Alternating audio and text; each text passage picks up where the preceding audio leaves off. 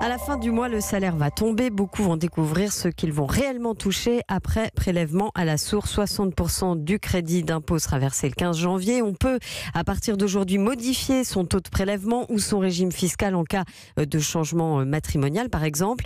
Bref, beaucoup de nouveautés et d'inconnus. Et cette question, la réforme, peut-elle avoir un effet sur la consommation? À ce stade, impossible d'y répondre, mais plusieurs pistes sont envisagées par les économistes. Aurélien Fleureau. Pour le Conseil d'analyse économique, si impact il y a, il sera plutôt positif. Le sentiment de percevoir un salaire net après impôt aurait un aspect rassurant et inciterait à épargner un peu moins et donc à consommer un peu plus. Mais ce qui est impossible à anticiper, c'est le facteur psychologique qui pourrait avoir deux effets plutôt négatifs. D'abord, l'incertitude quant à la mise en place de la réforme pourrait pousser à l'épargne, notamment ceux qui sont concernés par les crédits d'impôt.